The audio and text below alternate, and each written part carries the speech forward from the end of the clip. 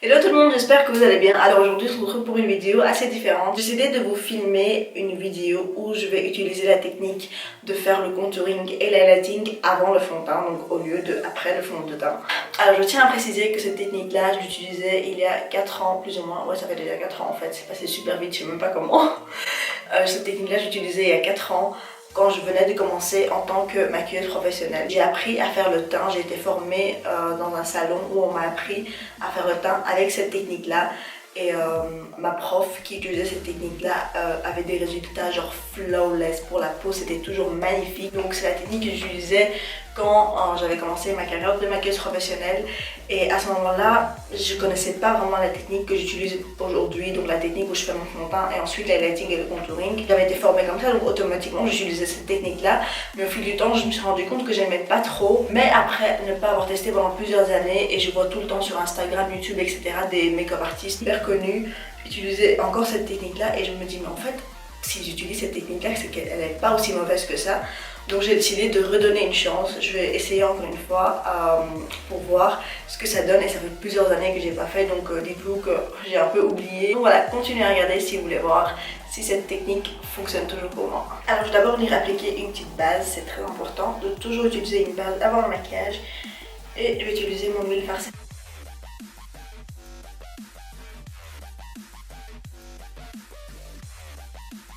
Et voilà, donc là c'est la partie où on va passer directement au contouring et au highlight. Donc je vais utiliser mon contour kit crème de chez Anastasia Beverly Hills que j'ai pas utilisé depuis super longtemps, et je pense que les crèmes ont un peu séché, donc je vais venir mettre une petite goutte de mon huile Pharsalie à chaque fois avant d'utiliser sur mon visage. Donc je vais utiliser cette toute première couleur là pour les parties que je vais illuminer. Je vais utiliser donc cette couleur là pour les parties où je vais faire du contouring. Alors je vais d'abord commencer par les zones de contouring. Je prends un petit peu de ma crème Anastasia.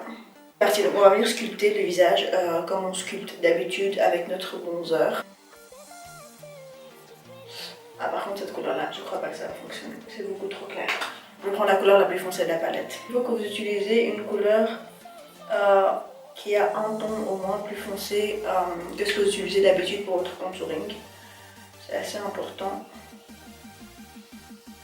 Parce que dites-vous qu'une fois que vous allez mettre le fond de teint dessus, ça va couvrir, donc il faut que ce soit assez foncé pour qu'on voit en fait, pour qu'on voit ce qui est en dessous. Alors, ensuite mon front. J'y vais fort pour le contouring du front moi, parce que j'ai un front grand.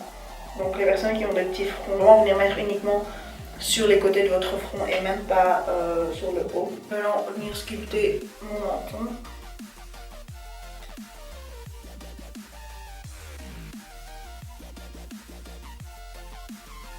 Et ma mâchoire. Alors ça, c'est du contouring extrême. Je vais maintenant prendre un pinceau un peu plus petit et venir faire le contouring de mon nez. Je commence toujours par le bout. Les couleurs de cette palette sont vraiment très grises parce que c'est pour les peaux très claires. Donc, je sais pas si vous voyez, mais on dirait que c'est vraiment gris, ça me tape. C'est vraiment une couleur très froide. Ça ne tape vraiment pas au orange, et c'est ça qui est censé faire plus naturel en fait. C'est censé vraiment ressembler à une ombre.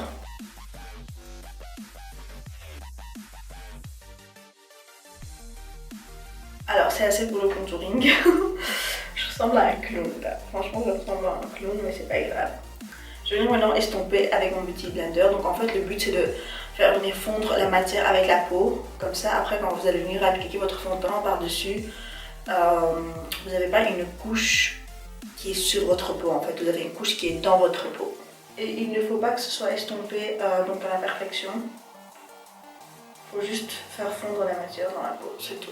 Faut pas vraiment l'estomper parfaitement. Alors voilà, maintenant je vais faire l'highlighting. Donc pour l'highlighting, ce sera comme d'habitude le triangle sur le bas de mes yeux.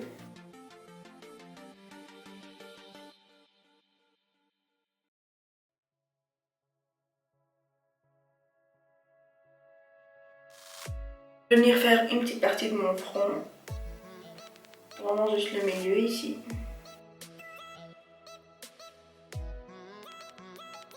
La partie au milieu de mon menton.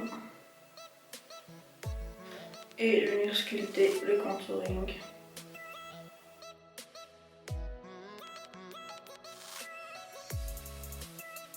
Et je vais venir faire le milieu de mon nez, donc pour illuminer cette partie-là.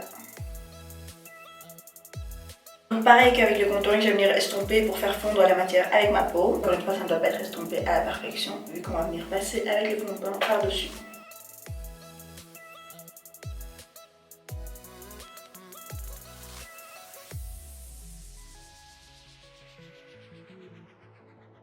Alors, moment de vérité, on va venir appliquer notre fond de teint et voir le résultat que ça va donner. J'ai juste peur que ce que j'ai fait là, ça ne s'estompe pas vraiment bien avec mon fond de teint par-dessus. On verra. Donc je vais utiliser l'Aqua Parfaite chez L'Oréal et je vais mixer deux teintes pour avoir ma teinte parfaite. Je vais utiliser un pinceau comme celui-ci. Et je vais venir tapoter la matière sur ma peau. Et je vais commencer par les parties où j'ai illuminé d'abord.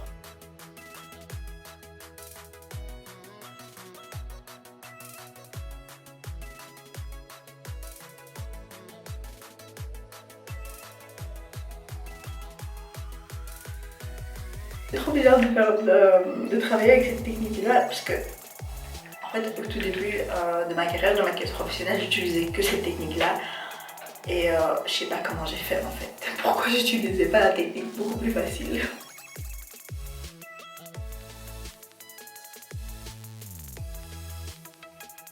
Alors moi j'estompe avec mon petit blender maintenant. J'essaie vraiment de faire fondre le tout ensemble le plus possible parce que je ne veux vraiment aucune démarcation. Par contre, je suis hyper blanche.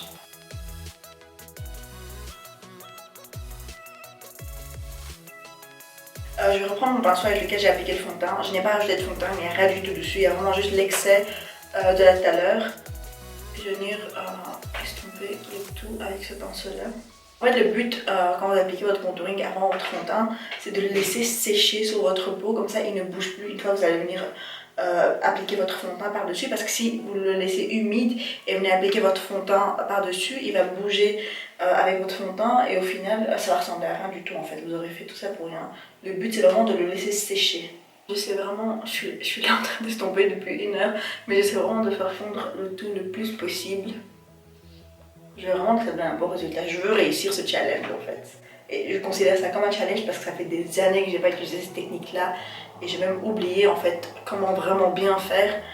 Mais franchement je pense que ça fonctionne, je pense. Donc veillez à ce que tout soit bien estompé avant de venir fixer, c'est très important. Parce qu'une fois que vous allez fixer, vous ne saurez plus rien bouger du tout. J'ai utilisé mon contour kit en poudre de chez NYX pour venir fixer l'highlighting et le contouring parce qu'il y a vraiment toutes les couleurs qu'il nous faut dedans. Je vais mélanger les deux teintes au milieu pour venir fixer toutes les parties highlighting. Par contre les crèmes Anastasia pour le dessus de l'œil, je ne conseille pas parce que ça fait beaucoup entre les ridules et j'aime pas du tout ça. Je déteste ça. Donc j'utilise un petit pinceau de chez Real Techniques pour venir fixer le tout. J'espère qu'après avoir été fixé, la crème Anastasia va plus filer entre les ridules parce que là c'était pas encore fixé. Mais bon, avec mes autres anti-cernes ça ne fait pas ça. Moi j'aime bien le rendu là pour le moment. Et je n'ai même pas encore terminé d'appliquer le bronzer et tout ça parce que je suis encore super blanche. Mais le rendu de ma peau, j'ai pas vraiment de texture qui ressort, genre ça donne vraiment joli en fait. J'applique encore une fois la même poudre NYX sur toutes les autres parties où j'ai illuminé. Alors pour le contouring, je vais venir utiliser cette couleur là, donc c'est une couleur qui est plutôt chaude. Mais pourquoi je prends une couleur qui est plutôt chaude? Parce que le contouring que j'ai appliqué avant mon fond de teint était hyper froid, genre c'était presque gris. Et je veux vraiment réchauffer mon teint, là j'ai vraiment besoin de réchauffer, je suis super blanche. Donc là ça va tout de suite apporter de la chaleur à mon visage. Et bien évidemment j'applique sur toutes les zones où j'ai appliqué mon contouring.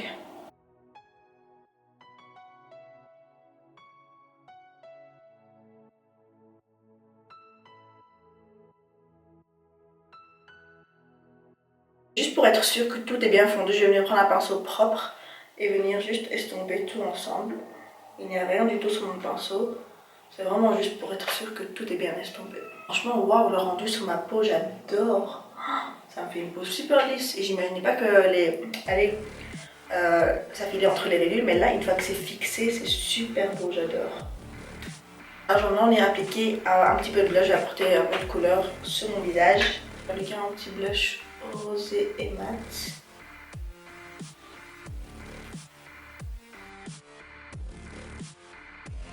Avec un peu trop de blush, je vais venir estomper. Je vais venir maintenant fixer le tout avec mon spray de chez Mario Badescu et ensuite appliquer mon highlighter. Mon highlighter, je vais utiliser ma petite palette de chez Huda Beauty et je vais mélanger ces deux-là ensemble.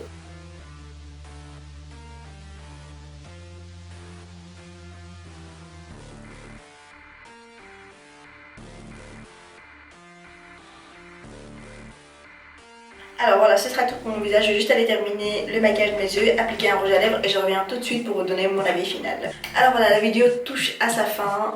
Franchement, mon avis final sur cette technique contouring. Au début de ma carrière professionnelle en tant que maquilleuse, comme je vous ai dit, j'ai utilisé cette technique-là et j'aimais beaucoup. Et pendant quelques années, j'ai arrêté d'utiliser, mais je voyais plein de make-up artistes partout dans le monde toujours utiliser cette technique-là. Et à chaque fois, je me disais, déjà, il faut que je filme une vidéo sur cette technique.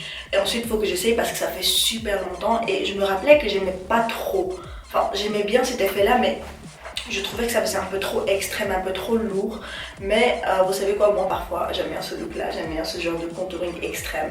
Et je trouve ça super joli pour des soirées ou des photos.